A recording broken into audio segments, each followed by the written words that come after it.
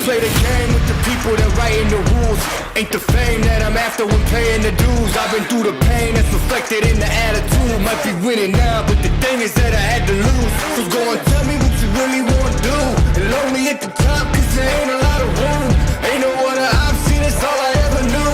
So I'ma get it poppin', you know how I'ma do. Up and down through the blood and the sweat. Guarantee you can know I'm a threat. Up and down through the blood and the sweat.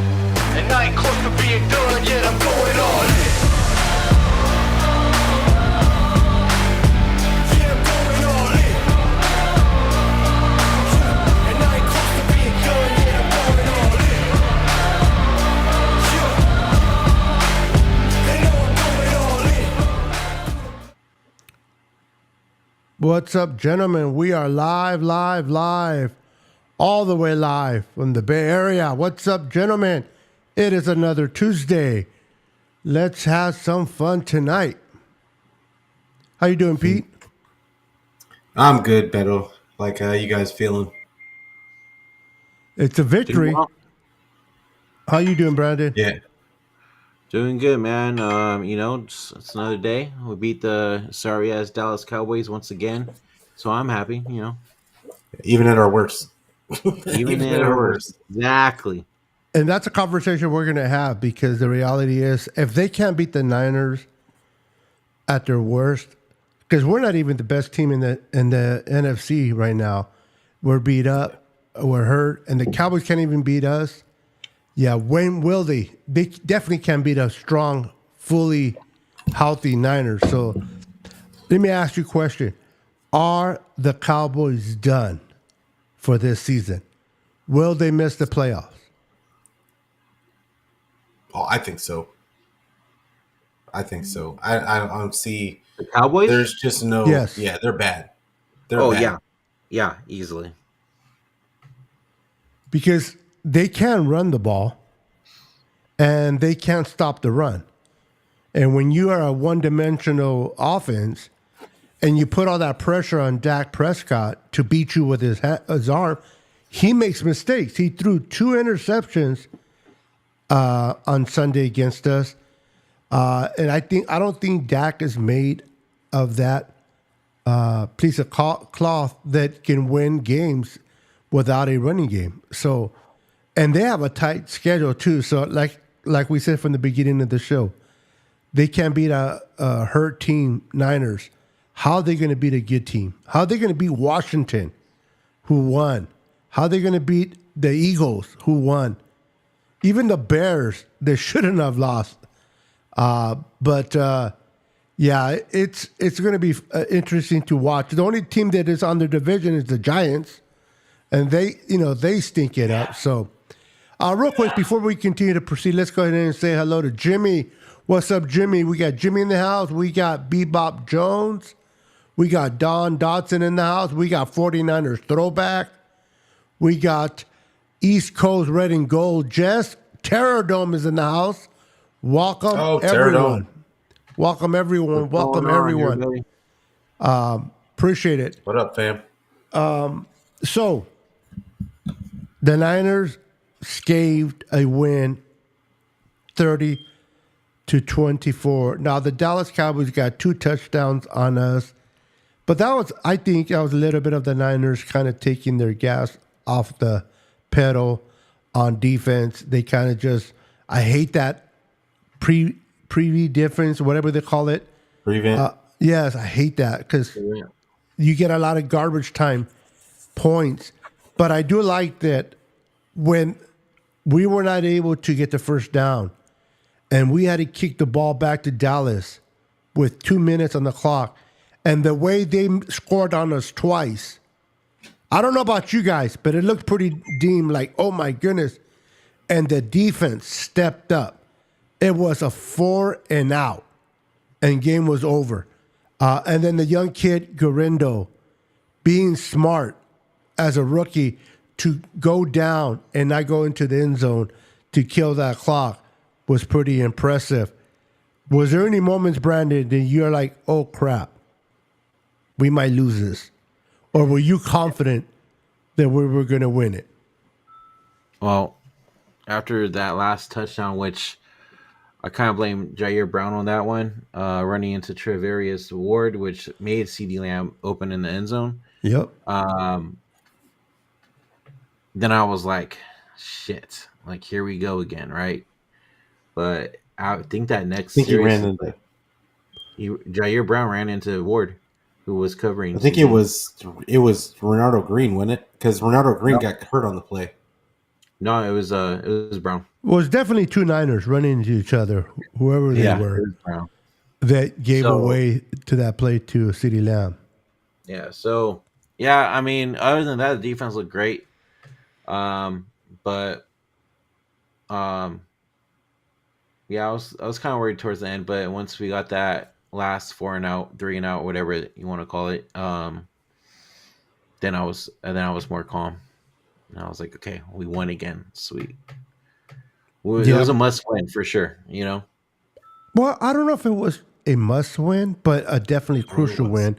I don't think our season would have been over, but it wouldn't Not by been the it numbers. wouldn't have been fun going into the bye 3-5 instead of 4-4. So I'm with you, Brandon. It was a muchness at least for the fan base. It was a nice win to go in at least 500 and then get the opportunity to get some players back, which we're going to talk about a little bit later. There are players that are coming back from injury. But before we, because I want to lift up and pray and have a moment of silence for Shavarius Ward's daughter. Many of you already heard. For those that haven't heard, on Monday morning, Shavarius Ward lost his daughter. She went to heaven, and she was, I believe, 2 years old. As a parent, it's, kids are not supposed to bury the parents, but the parents are not supposed to bury their kids either, and it's just a chaotic thing. And when you lose a 2-year-old of that age, it's just heartbreaking. So my heart goes out to Shavarius Ward. Let's give a moment of silence for her daughter, and then Pete will give the ball to you about the game against the Cowboys. So let's all just give a moment of silence for Shavarius Ward's daughter.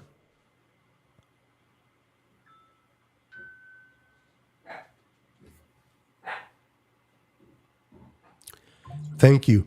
Appreciate it. And keep their family in prayer. Keep Ward in prayer, man. I can imagine that what he's going through. So with that said, unless you want to add a little bit to that, what was your feeling, Pete, on Sunday when the Cowboys started to make that comeback and they started to get those 2 touchdowns pretty easily? Was there a part of you at any moment of the time that you're like, oh, crap, there's an opportunity we can lose this game? Or were you truly confident saying, these are the Cowboys? They're always trying to come back. It seems like when there's pressure on Dak, he can't provide what they need. And when there's garbage time, he starts playing really good because the defense kind of back off. At any given moment, did you feel like we can lose this game, or were you confident enough that even though it got close, we were going to be victorious? I mean, of course, you want to be confident in those situations, but I'll be Keep honest it real, with bro. you. Like, I just saw it slipping. I saw it slipping, and I think if we didn't have as big of a lead as we did, it probably would have went the other direction. And I just think that they ran out of time. And honestly, they probably should have scored. Garendo would have scored on the one play, so it probably wouldn't have made such a difference. But yeah, the way the offense started just kind of sputtering out as usual, and honestly, it had really. I know people are making a lot of Purdy looked better in this game, and it's specifically in the second half, but the first half didn't look good. Again, No. First half looked Again. horrible. It didn't look good again, and it looked like what adjustments were made, and I just keep asking the same questions, and people seem to just be happy with the victory, but we're looking for bigger things as Niner fans. Like we're not looking for a regular season win against a bad team. Against a bad team. Like this is we shouldn't be happy with a small victory like that. We needed the victory. Absolutely. I'm happy that we got the victory. But we have to look forward, and if all we're counting on is some people to get healthy and we just have to overpower teams, and it's not about the execution, it's not about everything else that go the other all three facets of the game. I'm not saying that I don't see. I have ultimate confidence that they will figure this out, and the team will end up in the playoffs. They're probably going to get at least one win in the playoffs, and it'll look right back to where we were, and people will sit there and tell us that we're crazy forever doubting Shanny and all the other stuff. But I'm not going to. It's going to look at some point it's going to look the exact same, because you just can't. A leopard doesn't change its spots, so it is what it is. It's going to come back. Pete, but don't you think that they made the adjustments in the second half? Not that they didn't make it. Well, the adjustment was that Mason got hurt. Mason got hurt, and Garendo got in, and all of a sudden started gashing him with the speed. Like that was the real adjustment that I saw. Yeah, like Purdy started hitting guys, but I mean that was the other part of it too. Is just Purdy just started making better throws. I don't know that it was so much an adjustment. I know that Trayvon Diggs was saying that they adjusted, but I mean that's really just kind of saving face, to be honest. Like, what are we talking about? I saw a lot of people on Twitter talking about, oh, you don't know anything about Shanny if you were questioning Shanny or asking for him to get fired. And not that I want Shanny fired, but but just because we beat a bad team, I mean. What are we doing? Is that what we're grading Shanny's job on? Is a win against the Cowboys? Like, yeah, I know a win is a win, guys. I know a win is a win, and you got to take it. But I'm with you, Pete and Brandon. I was telling my wife, I'm not pleased. I'm happy that we won because we got a W. You got to stack up those dubs, but. I'm not happy the way we won. I'm not happy the way we're performing. Yes, I understand we have injured players. Yes, I understand we don't have a full crew. I understand that, but this offense has not been playing what we're accustomed to. They start slow. Shanahan is trying to do all these different things that I don't know. It just seems like the year started. Shanahan found out that Christian McCaffrey was not going to be able to play, and he just crumbled. Like, oh my God, what am I going to do? I had all these ideas of how to use Christian McCaffrey, and now all that went out the door, and it seems like he's trying to catch up. And we started slow. Now, Brock Purdy made some bad throws, and it was on Brock Purdy, most definitely. On those throws, he overthrew behind Debo. A lot of those were bad ones. Bad ones, exactly. Bad ones. But he was able to regroup and readjust. And then he came out in the second half, and he kind of looked like Lamar Jackson out there running around for 56 yards. He still needs to get better. But when I went on Twitter in halftime, and I'm like, let go of Brock, trade Brock, and Brock is garbage, Brock is that, F Brock, all these things, I'm like, talk about emotional Niner fans. Yes, Brock played like crap. And if you want to see he play like crap, then you're within your right. He did. He stunk it up. But I don't know about you, Brendan. I don't know about you, Pete.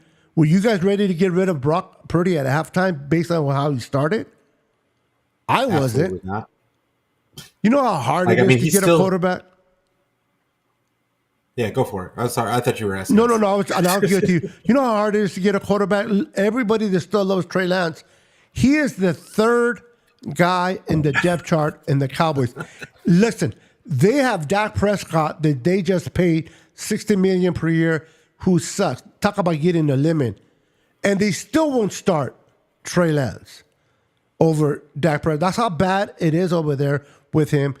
People don't realize how good we have it with Brock. Now, did Brock have a bad game? Absolutely.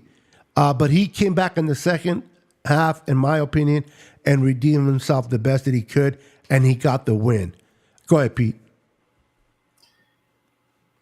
When people talk about injuries, like this is my question, is where are the majority of the offensive penalties coming from? Yeah. Can you tell me? From the offensive Majority. line. It's majority of the offensive line, and like whether it be they're out of position or it's holding call. Okay, can we talk about how many people are injured on the offensive line? Yeah. 0. The tight end that got called 0. back for Debo's touchdown, I wish he was injured. Yeah, like I mean, for the most part, like there's some one-offs like Kittle got a penalty. I've seen Kittle get a penalty. I've seen a couple of the receivers get penalties, but the majority of it, holding calls, guys, illegal procedures, like a lot of that kind of stuff. It's not because the guys are hurt, is my point. That's not the reason why this offense is out of sync. It's really, to me, it's just, I hate to say it, but it's really preparation. It's got to be preparation. It can't be anything else because because when you're talking about preparation, you're talking about being ready for the game. Yep. And executing, and that goes with preparation. So we can sit here and we can make every excuse for Shanny, but I would say a lot of coaches right now would be on the hot seat with a team that was playing like the 49ers are playing, coming off of a Super Bowl, and not really. I mean, their quarterback is still healthy, offensive line's still healthy, like they still got weapons. I mean, who are we kidding? Yeah, we don't have CMC, but still going the ball for 200 yards. I was about to say, going into the game, what's it called? Mason was still the number 2 rusher in the league, and Brock Purdy is I think he's like 3rd in most of the quarterback metrics. Yep. Like even after this game, like even though we call him struggling, I think the whole league is kind of struggling for really good quarterback play right now. I mean, we remember Pat Mahomes only got 154 yards against his defense the week prior. So I don't know. I look at this team and I think that we're lucky that there's a lot of teams out there that haven't figured it out. And they're still in the running. They're still probably gonna. It's even possible for them to have a good seed going into the playoffs, Right. And like I just think that they're lucky that this is kind of a down year for everybody right now. They're from week to week. Any random team is struggling, so there's a whole bunch of opportunity out there, and I think it's going to end up helping the 49ers in the long run. But they've got to figure out some of these issues, like the court, because it's not like we're getting subpar quarterback play on a regular basis. It's not like we're getting bad running back. We don't have any running backs. It's not like we don't have any weapons. Like we need to get this offense in sync. Like, and that starts with the offensive line, in my opinion. And I know that the offensive line hasn't played really that bad, but I'm talking about those penalties. I mean, we've got special teams gaffes. We've got then all of a sudden the defense that had been playing great for the first half. Then all of a sudden it's their turn to not play great and have a bunch of communication issues. At what point do we start looking at the coaching staff and saying, "Hey, where is the prep?" And that would be my question. I could see that for sure. Because I mean, we've been seeing it all season, right? Like a lot of the blame for sure has to do with the coaching staff, the way that the team's been playing so far, regardless of the injuries. Everybody gets injuries. We can't make that an excuse. At the end of the day, it's the next man up, right? That's how we always fucking said it every single season. It's the next man up. So, like you said, Pete, we could be pointing fingers at the coaching staff as well. You know, so just be happy though that were not the coaching staff of the Bears on that jeez. on that Oh Hail man, Mary. bro. Talk about I was crazy. watching. I was in the restaurant at the time when that was happening, and it was a sushi place, and like the whole place just erupted when it happened. But I brought it up because it was you talked about preparation, right? You prepare. Everybody prepares for the Hail Mary. You know that you got to turn this into like a basketball where you got to kind of push back. You got to make sure you have maybe 2 jumpers. You got to have a guy in the back, and then you got your safety or corner, whoever that idiot is, waving to the fans and argue while the actual play is going on. Already. Yeah, that's wild. I saw that and I was like, "Oh my god!" And then he turns around and they're already running on the field, and he's like, he's the one that tips it. Yeah, and he's the one that tip it, and you And put the then tip the it head down. coach, He tipped it backwards, the head Brandon. coach- Yeah. the head coach is did you see that the head coach is petitioning with the league to possibly overturn the game because they said that there was a whole bunch of holding calls in that play. And They always hold on to Hail Marys, bro. Yeah. Referees always let it go. What are we talking? I was like, wow. Like, I mean, come on.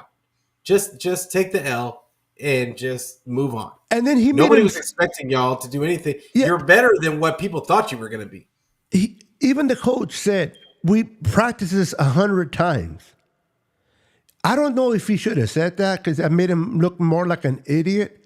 You practice this 100 times, but you go blow it. You don't got that Washington guy was by himself back there. He wasn't even shocked that he caught the damn ball. He's like, "Oh crap, okay." And like Brandon said, he batted it backwards instead of down. Yeah, that was pretty good. You had the game won, and you got the moron over there waving at the fans, taunting the fans because he thinks he has a victory. People forgot to remind him, or need to remind him, game ain't over until the clock says 0. And this is a very important part for players to realize anything can happen. So congratulations to the Commanders. Jalen Daniels is playing really good football. But the Bears, man, that was embarrassing. I only brought that up. I brought it up because it happened, but because you're talking about preparation, they were not prepared for that spot. And not only that, but the play before. That play before that Hail Mary, they had everybody all the way down, and they let the middle of the field open. The receiver of the Commanders caught the ball all by himself, nobody near him, and then they had a spy on the quarterback on the Hail Mary. On the Hail Mary throw, you have a spy. Why would you have a spy on a Hail Mary? That doesn't make much sense. You think he's really going to run all those yards? He going to run it? Yeah, bro, come on. I was shocked that, Jaden Daniels has a cannon. Oh, yeah, He threw that from the 35. Yeah. From his own 35. Like, that was a perfectly thrown Hail Mary. Mm-hmm. But, yeah. Yeah, I mean, quarterbacks are going to have time because they're always rush 3. On a Hail Mary, you're always going to rush 3. You're never going to blitz because you don't want to. You need as many players in the back end as possible. You're not going to risk that. But when you had a spy, and I'm looking at the video, and I'm like, what are these guys thinking? I mean, they gave that a game away to Washington. But, Washington deserved it. They won it. They're 6-2. The Bears are 4-3, but enough of them. I just wanted to bring that up because I was wild for what happened on Sunday. But back to the Niners. The Niners are 4-4 going into the bye, a much needed bye. We're going to get some troops back. Hopefully, we're getting CMC back. Hopefully, we'll get Greenlaw back eventually. I'm going to start with you, Brandon, and I'll give it to Pete. Do you think this was the question I was going to ask you too? If they bring CMC back after the bye, Do you think because of his ability of football, do you think he just takes off to where he left off? Or do you think it's going to take him a game or two or three to kind of adapt back to football? I'll say that once we get CMC back, I think it's going to take at least maybe a game or two for him to get back into the groove and everything. Um, but CMC is not the only one that we're going to be getting back after the bye as well. It's not going to be week 10, but maybe week 11, week 12, we get Dre Greenlaw back. So we're getting a couple players back for sure from injury. And so I'm kind of gonna reverse the question to you, Beto, and ask you this. It's gonna be a different question, but it has to do with CMC. CMC coming back. Does this juice up the 49ers offense again? Or not again, but like just in No, general. I know what I hope so. I really do. I hope so. But bring some energy to that offense, and hopefully that red zone issue that we have, fixes itself with the presence of seeing. People may want to agree with me or not. That offense looks completely different in what they can do with CMC on the field, on how defensive coaches have to prepare for our offense. Whenever you have Christian McCaffrey, which is a true threat, he can burn you in the run. He can burn you in the catch. Well, especially because Kyle plans around CMC like he does with Debo. Yeah, he straight plans around. I hope he brings the Spire, the throwback. I hope the Niners I think the Niners are going to sit there and reset. This is at least my hopes, that they're going to reset everything. Kyle's going to have to evaluate what has been working, what hasn't, make the second half of season adjustments. And then now that we have CMC, as long as he stays healthy and doesn't re-injure himself, we should have to make a good run at this. Listen, when Greenlaw comes back, whether it's week 11, week 12, if we can get into the playoffs with a fresh Greenlaw. Now, Greenlaw has to play the way we custom of him playing, not like a different type of player because of the injury. If he can be the Greenlaw of old, and then you get CMC, who also has no mileage this season so far, and we get into the playoffs, that's a good thing for us to have fresh legs in CMC and fresh legs for Greenlaw. Pete, the question that Brandon asked me, I want to kind of switch it over to you.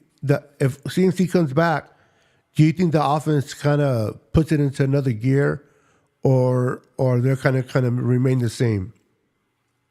I don't think it'll be the same.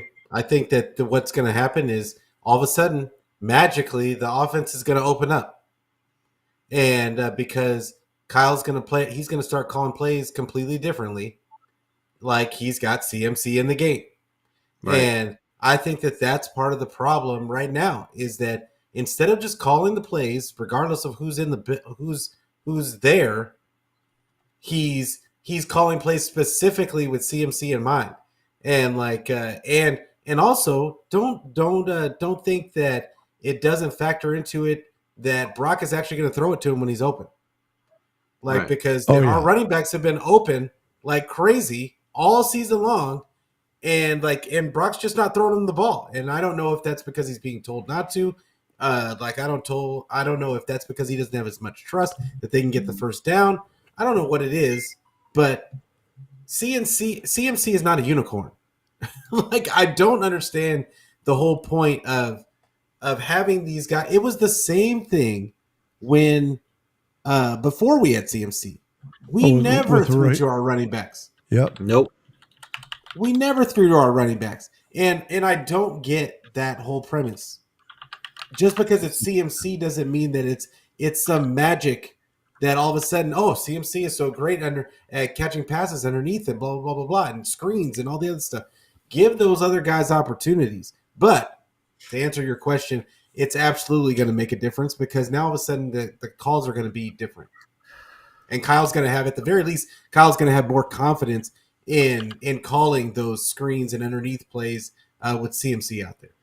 Yeah, and I don't think the defenses are going to be putting 8 and 9 in the box anymore with Right. CMC there because they don't Right. want the opportunity with the CMC can get behind that linebacker and you could throw a screen to him and he's going to burn you. So I think you're right. I think you guys are right. This offense will be different. Now, real quick, we'll stay on CMC a little bit. Talking about running backs, Jason re-aggravated his shoulder, Mason, and didn't. I think he could have came back if we really needed him, but because of the fact that Isaac Guerrero kind of started to show that he's feeling more comfortable in this offense.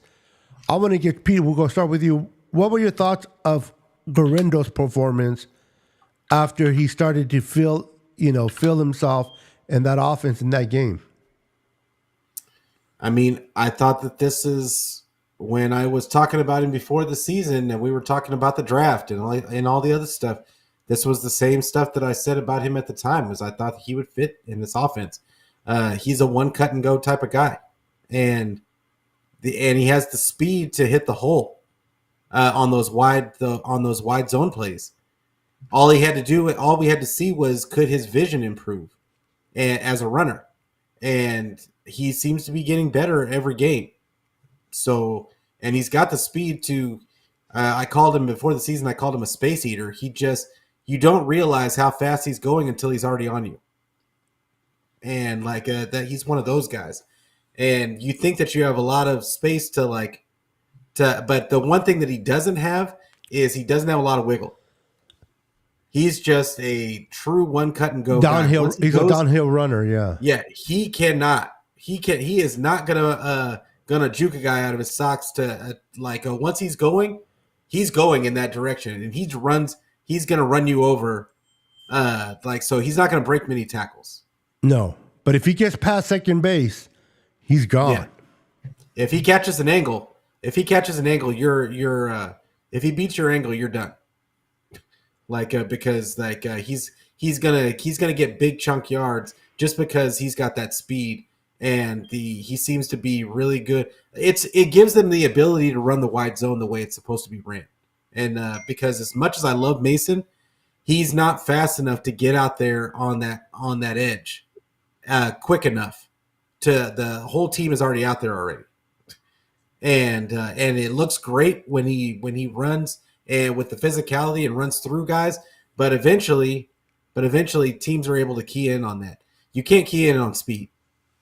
If you get out there, and this whole offense is timing based. If he gets out there on that edge on time, it's going to be really hard for defenses to really catch up with that run game. Yeah, real quick, guys. I just want to make a correction here on Tommy Huxley. Welcome to the show. Does it look like I hate any type of food? Does you hate tacos? Does it look like I hate any type of food? Listen, round is the shape too. So I'm feeling this shape pretty damn good. So let's go, Mitch. I love all type of food. So I just wanted to correct Tommy on that. Brandon, go ahead. Fill in your thoughts, bro. No, I feel like JP Mason, I think it's still a stinger with his shoulder. I think he'll be okay still. But don't get me wrong, I love JP Mason, but just the way Isaac Guerrero runs the ball and finds the holes to just go and take off, I would love to see him more out there, to be honest with you. Yeah, he's fast. Well, he just has to find that hole. Well, the hole has to kind of open up for him, or he has to make the right cut. And if that cut that he makes is the right one, and he gets past the linebackers, he's gone. Because that secondary is not going to stop him. I don't know why we're talking. If CMC is starting, that's the last we've seen of both of these guys. But what I'm saying, I don't think. I was trying to hype everything up to mention that too, Pete. But you're right. I don't know. Mason, you might see him a little bit, but Isaac, gone. Here's my thing, though. Here's my thing. Kyle is not going to use CMC a full goal the first couple weeks. Yes, he is. Yeah, I he don't is. think so. I don't think he will. As Did long as you remember- I CMC think says, "Give me the ball." He's going Wait. to ease him in. Do you remember? There you go. When CMC first got on the team? Hadn't even had a week of practice. Yeah, but that's when and was he healthy. forced him on the field. Yeah. The dude can be on crutches, bro, and they're going to throw him the ball. Because, like we mentioned earlier, Kyle just don't care. he game plans. You said it too, Brandon. He game plans with CMC like he does Debo. So They if said he Debo was gonna be on a gets pitch that count, too. piece, if he gets that piece out there, he's going to use him. And now, to Brandon's point, is it smart to use him? Absolutely not. But we're talking about Kyle now. We're not talking about what's smart and what's not smart. We're talking about Kyle. Kyle will use him, even if we think they should put more of Jordan Mason and Garindo to kind of ease CMC in. But CMC starts catching the ball a little bit, and he starts getting more comfortable in the game plan. Garindo's going to be sitting down with the cheerleaders with the pom-poms. Because We might all die tomorrow. Oh, wow. That's a little dark. That's there, what bro. Kyle says. That's what Kyle says. We might all die tomorrow. Yeah, So- we're not guaranteed we'll be here on Sunday. Yeah. So it is what it is. This might be our last game. So that's the way he feels about it. He did it all last season. CMC had like a record amount of carries. Like everybody kept asking him, do you have any plans on like giving him a little bit of a nope, not going to do it. I'm going to keep feeding him the ball 30 times a game. Last year the conversation that we were having, correct me if I'm wrong, they're giving the ball to CMC all the time because they don't trust Mason. Kyle doesn't trust Mason. You're blah, blah, blah, right? Well, Mason has been shown that he can be trusted. Garindo showed that he can be trusted. So now, if Peter is right and Kyle does not allow them to play, because it has nothing to do whether they trusted these guys or not last year, he's infatuated with CMC, and the only running back that he sees, you know how they say when you feel dizzy, you see three people? It says hit the one in the middle.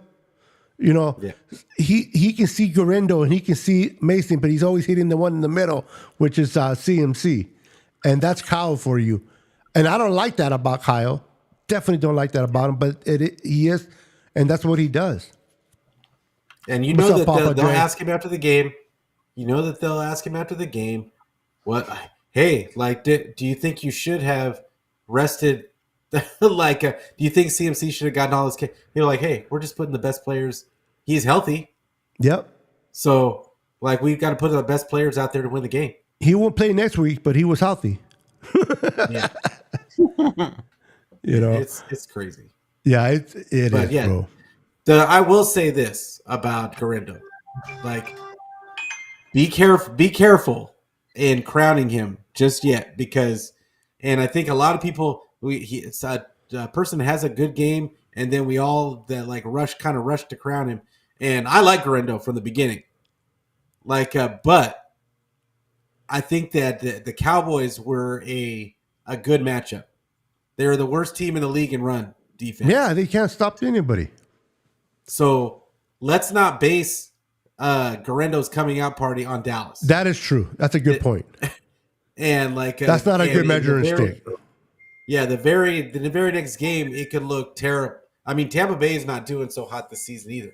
But no. But at the same time, just be careful what you ask for, because then in the very next game it could not look so hot. Just depending. It's funny you say that, because you're right. Dallas can't even stop Ezekiel Elliott in practice, and Ezekiel Elliott can't run for nothing. We can run faster than Ezekiel. Right. So, that's a valid point. Purdy ran for the same amount of rushing yards as Dallas did as a team. No more. Yeah, that's the one where he faked out the spy was the one that got me.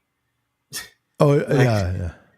The guy was supposed to be spying him, and he fake pumps the one way, and then got the guy to completely jump in one direction, and then he runs the other. It was hilarious. Yeah, that's the guy that was supposed to be on our team. this year. And Oh, decided Kendricks? he decided to go to Dallas. That he got, which was I thought it was good. I think the biggest reason why he didn't come here is because we already had Devondre Campbell. No, we did not. We had to get him because this dude decided to go Oh, to maybe that was Dallas. it. What hindrance was, he knew Greenlaw was coming back eventually, and he might have lost his spot. That's what it was. In Dallas, he is the main guy there. So from that perspective, because he's definitely not taking over for Fred. Yeah. You know what I mean? So, and he doesn't play the other position, the other linebacking position very well. Yeah. So I think that was his thing. Now he didn't realize how long Greenlaw was going to be out, but anyway, he's there. We don't need him. Not well. You know what? I regress. Anything would be better than Devondre Campbell. Yes, that we guy do need is him. just We do terrible. need him. Yes. That guy is Yes. terrible. Yes, I would have needed Hendricks. Yeah, that's why when I said it, it kind of registered in my brain. I'm like, what are you talking about? Anything better than Campbell? And you know what? It's not even Campbell's fault, man. The guy's up there in age. He lost a lot of speed. They offered him a paycheck. Who in their right mind is not going to take a paycheck to start for a team? I don't blame him. Exactly. I don't blame him. I blame But that John and Kyle. It's hilarious that every team is motioning their guy to get a matchup against him and just burn him on the pass, though. It seems to happen like every other play. And I think that's going to be a big factor when Greenlaw comes back, is that teams won't be able to do that anymore. Yeah, exactly. That's a lot of plays. I mean, just think about all the plays. I'd be interested to see the stat on how many times Devondre Campbell is targeted in the game. It's terrible. And like how many passes that he gives up. Because it's got to be a significant number. Oh yeah, it's up there. If you put him next to Fred Warner, you can use that analogy. This is Fred Warner when you're sober, and Campbell is when you're on drugs. Do not do drugs, kids. And it slows you down. And again, I don't blame him, bro. But hey, real quick, let's talk about our secondary for a minute. Let's get a little excited about our secondary. They starting to find a groove now. Charvarius Ward, and now we understand why. Why his mind and his head wasn't really in every game when you're dealing with your daughter's sickness. It is what it is. He had some injuries too. He had 2 injuries as well. But Lenore's been playing good football. Malik has been playing better than Brown. Brown's been okay. Jair Brown. I like Mustafa's played a bit more, and Ronaldo Green has been playing good football as well in his first year. He's hurt, yes. Hopefully, he's day-to-day, so he should be back. But I do like what we got in our secondary. And once Hufanga comes back, and I think he's going to be another one that'll be back after the bye, which will be, be good for us. If we can just continue to stack wins, and once we get Greenlaw, I know people are going to say once we get CMC, it's going to take off, and I hope so. But I think, to me, the player that we really need to come back is Greenlaw on defense. That defense does not look the same without Greenlaw. And if Fred Warner wasn't there, it wouldn't look the same either. But he is there, but he's only one man. The pass rush, people don't give the pass rush credit enough. They're like, they're not putting pressure because they're not getting sacks. They are bringing havoc on the quarterbacks. But if the quarterbacks are getting rid of the ball in 3 to 4 seconds, what can the damn defensive linemen do? You got to deal with the offensive line first.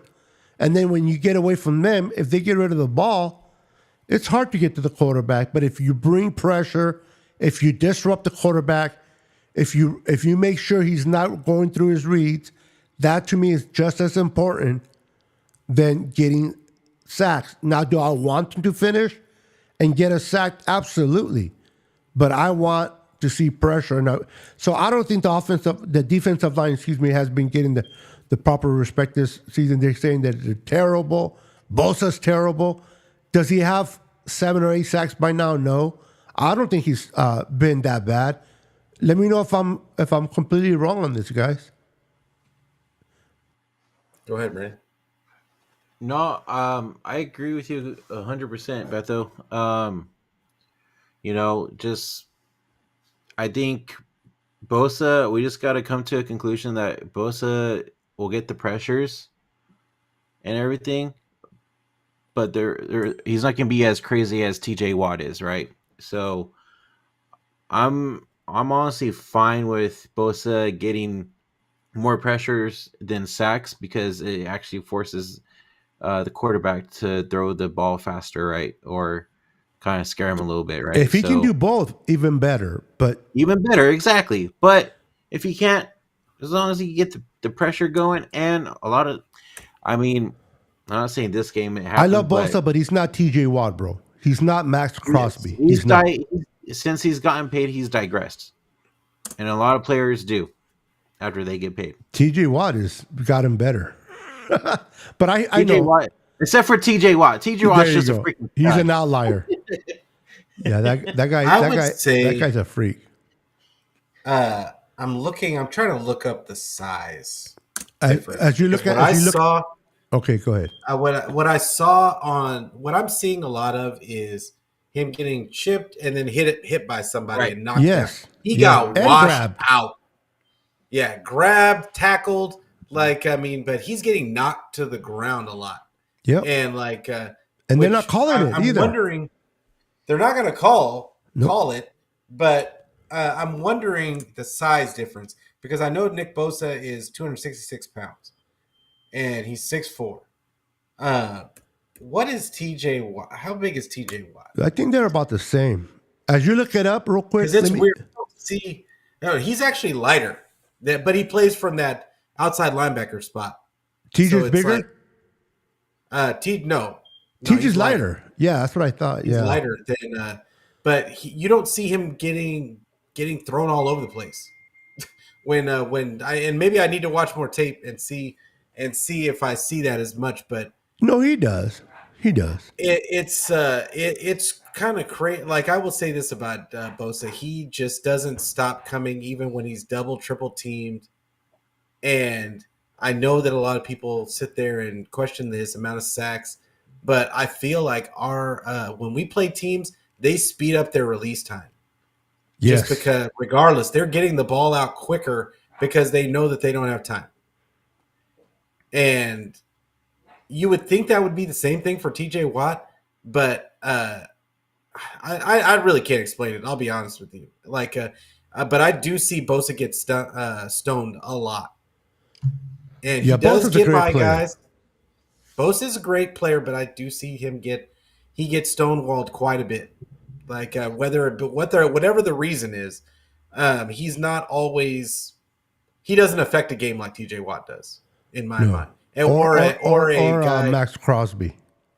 or Max Crosby or the what's the guy for the Browns?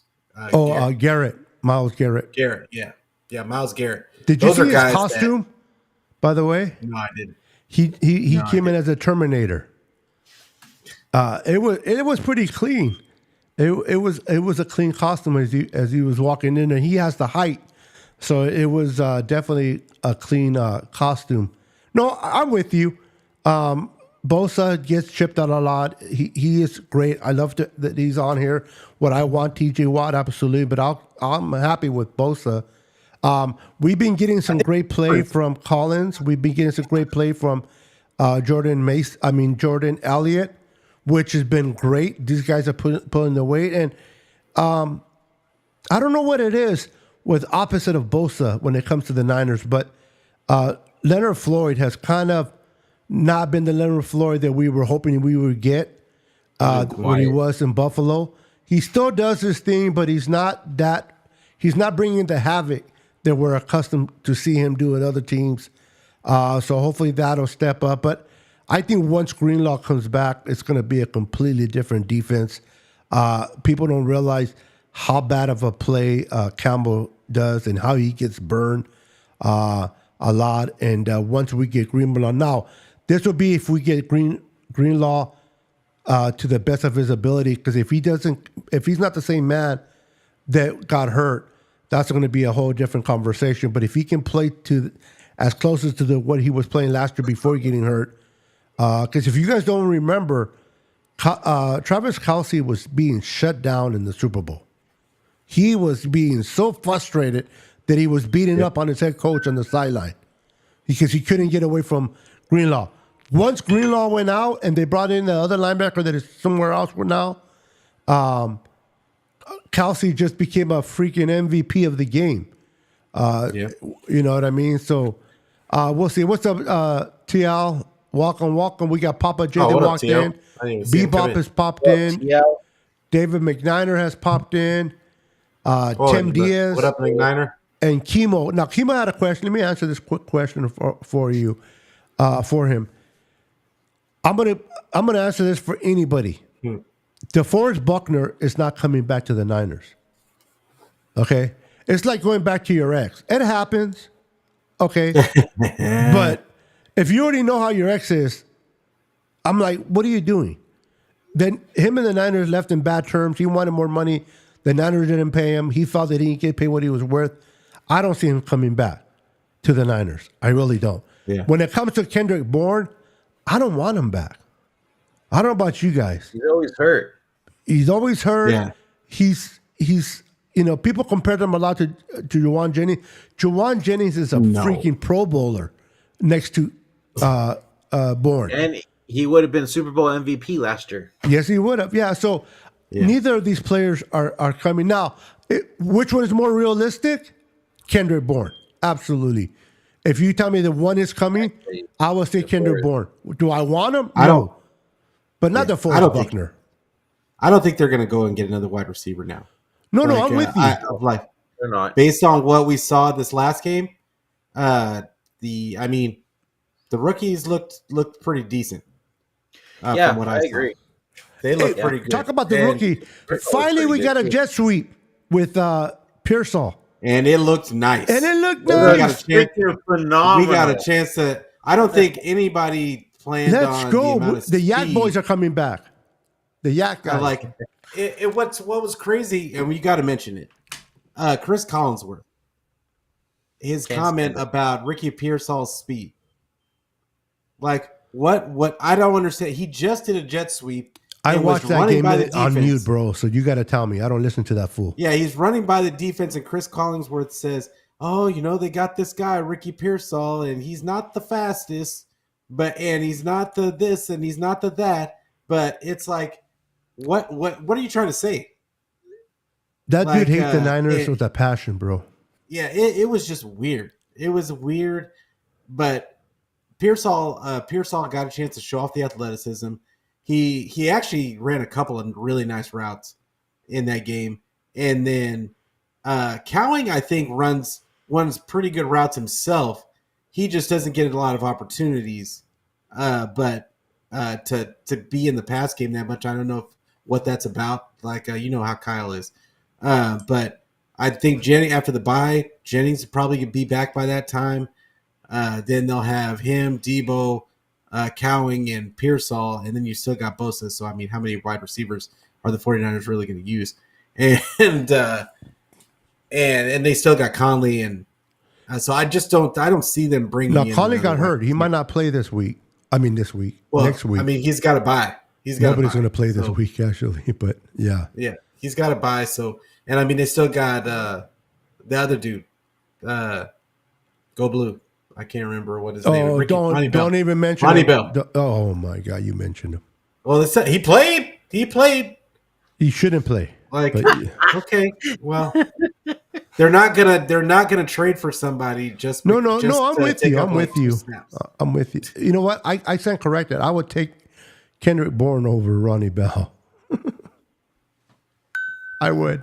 At least he can catch the ball. The problem with Kendrick Bell, he'll catch the ball 1 week and miss 3 weeks. So, no, come on. And Ronnie Bell plays every week, but he catches the ball only once, so it's kind of even. But he blocks. Yeah, he blocks. He blocks. He does, and he's not bad at special teams. I don't know. He had really good hands last year. I don't know. I think he just forgot how to. How to catch.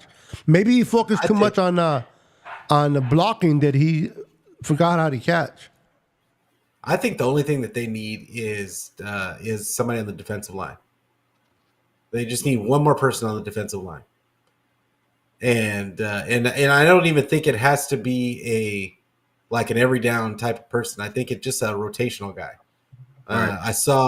I saw Brad bring up Calais Campbell. I saw what's his name? BD Peacock bring up was it Zaire Smith? Zaire. They should have got that guy Deontay, the one that went to the Ravens. That's what they should have got from the Panthers if they were going to get a receiver. But yeah, they're not. But they're he's not a Shanny type. He's not a Shanny type. I know that everybody gets enamored by all these flashy receivers, but that's not a Shanny type. There's a specific type of receiver that Shanny likes, and he's not a Shanny type. He's not gonna block. Yeah, if you don't block, you don't get the rock. That's just at all. Yeah, you don't even get to play. You don't even get to try and get the rock. What do you think, Ronnie Bell? As bad as he is in catching, he's at least out there. Why? Because he can block, and because he can block, he'll get his opportunities to try to catch the ball here and there. Right. Guarantee you, Ronnie Bell's not blocking. We would not be talking about him at all. That dude would have been like, no. Is he still on the team? Danny Gray could not block. That's why he's gone. So see. The Niners go on a bye as we come closer to our hour. The Niners are on a bye. They're getting rested. They're going to come back. We're going to face a team in Tampa Bay, and we'll have next week to talk about it in depth since we're not having a game this weekend coming up.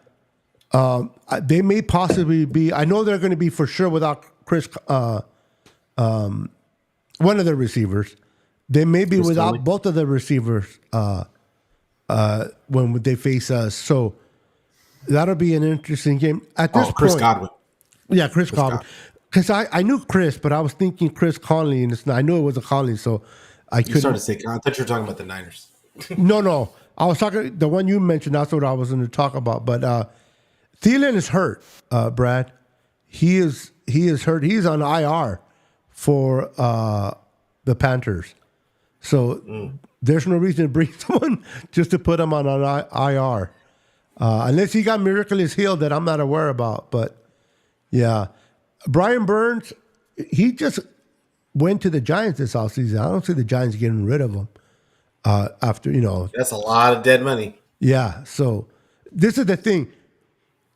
If we can be honest, there's a lot of good names out there, but you got to be rationally and look at everything. Like Brian Burns is a good fit if he was still with the Panthers. Then we can talk about getting him. But he went to the Giants. Pete made a very good point.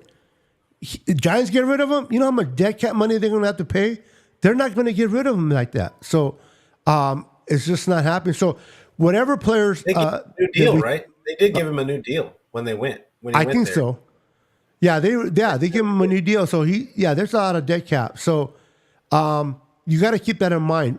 There's a lot of great players out there, but you got to realize, is it worth the team getting rid of? And probably not. So I'll be honest with you. I'll be shocked if anybody comes by next week. Next week will be the end of the trade. I don't think anybody will be brought up. I think this Niners. I don't think they're going to trade. Yeah, they're not going to give assets. They're going to wait when teams, when teams eventually let go, not randomly, but when the deadline to release players and all that kind of stuff, when that starts coming up and gets closer. Inevitably, a whole bunch of veterans are going to get released off of bad teams, and that's when I think the 49ers might strike. Okay, Brad, depending on where they are. Thielen has been practicing, so okay. Yeah, I still don't want him, but listen. If we bring a receiver, we're taking it. We want to see what we gave a number 1 for Parcell. We gave a 4th round pick for Jacob Cowing. We got to see our guys develop and play more. You start bringing receivers from the outside, you're taking away from the how many amount of balls they're going to get. I think at this point, just run with what we have and go. Now, if we lose more injured, that can be a whole different situation. But I think we're covered pretty good at receiver. I don't think anything. I think if there was a position that we need, but we're not getting it by next week, it's a pass rusher. So at this point, we just got to go in. We're getting Greenlaw back eventually. We're getting CMC. We're getting Hufanga. We're getting Jawan Jennings. This team will be okay. And once Christian McCaffrey is on the line and our offense turns it around and helps out the defense, then we might be talking a different story in about 5 weeks from now. So we have to be patient. I understand we're 4-4, but things can change with Christian McCaffrey on the offense. Maybe that's the confidence that Shanny needs to call his plays. We don't know. But we'll find out. We'll find out because we have Tampa Bay. Who do we play after Tampa Bay? You guys know? After Tampa Bay, we play. Oh, it's a big game. I know. Buffalo and Packers are in there somewhere. Yeah, I think it's Buffalo. Buffalo, I want to say yeah. it's Buffalo. I gotta look. So we have Buffalo in there. We have the Packers, and those two teams are back to back. If I'm not Oh, mistaken. it's the Seahawks. We have the Seahawks. Okay, well, that's a we good have thing. the Seahawks. Yeah, we have the Seahawks. Then we have the Packers after that, And then Buffalo. and then the Buffalo. Okay, okay. So it's gonna be a stretch. I'm glad if we're gonna face Buffalo and the Packers, I would rather do it, guys, with CMC in the lineup than without him. Yeah, if I with can a be couple honest. of weeks, with a couple of weeks of playing time. Yes. Yeah. So before we get out of here, I'll start with you, Brandon, and then I'll give it to you, Pete. What do you got going on in your channel, man? What are you doing? And let us know how they can find you and follow you. So Niner Fanatic Podcast. I will be Brandon. on Thursday. I'm still going to do. Hold on. Okay, I think Pete forgot his name. So we're going to go with Brandon and then Pete. And Brandon starts talking. Okay, And I'm like, what? got you. No, go ahead, Pete. You go now. Okay. So Niner Fanatic Podcast. Even though we don't have a game this week, I'm still going to do my show on Thursday, and we're going to talk about just some things that I feel that the 49ers could do going into the bye that could help them going forward, because really what we need is them to come out on fire coming out of the bye, and they just some things to look for. And then so I'll be doing my show on Thursday. And then I probably won't do another show until that Tuesday. I was supposed to do an instant reaction show after the game, but I've been sick all weekend, so I'm just now being able to breathe. So it's but yeah, I'll be doing the show with you guys, and then I'll have another show on that next Thursday. But Niner Fanatic Podcast. I'm on YouTube. I'm on Twitter. I'm on Facebook. I am on Twitch and anywhere where you can get your audio podcast. I don't care where you get it. Just get it. Just get it. Go ahead, Brandon. Where can they find you and what you got going on? All right, so later this week, I'm hoping to get a show going with the boys to go over the Cowboys game again, this time with my crew. But if you guys haven't yet already, please follow me up here, Twitter, YouTube, TikTok, Facebook, Instagram. And then if you guys don't want to see this ugly mug, you can listen to the audio portion on all your audio podcasting, Spotify, Apple Podcasts, iHeartRadio, Sirius XM, all that good stuff. But yeah. Right on. That's where you can find them, guys. And for myself, on Tuesdays in the afternoon, like today, we go live, all three of us, every Tuesday, 6:30 Pacific Standard Time. And then on Thursdays, myself and Jess will go live at 5 p.m. Pacific Standard Time, Jess from the East Coast, Red and Gold. So make sure to join us. And then periodically in between, depending on what's happening with the Niners or if I'm bored, I will go live. So make sure to have the notification bell on. With that, we want to thank each and every one of you for hanging out with us for an hour. You guys are amazing. Thank you for supporting the channel. Thank you for supporting Pete. Thank you for supporting Brandon. We appreciate you guys. You guys are the true MVP. Remain faithful. Enjoy this weekend. We're not going to win, but we're not going to lose. So let's have some fun watching some football. And we'll see you guys next Tuesday at 6:30 p.m. We're out here. Peace. Go Good night, Niners. everyone. Go Niners.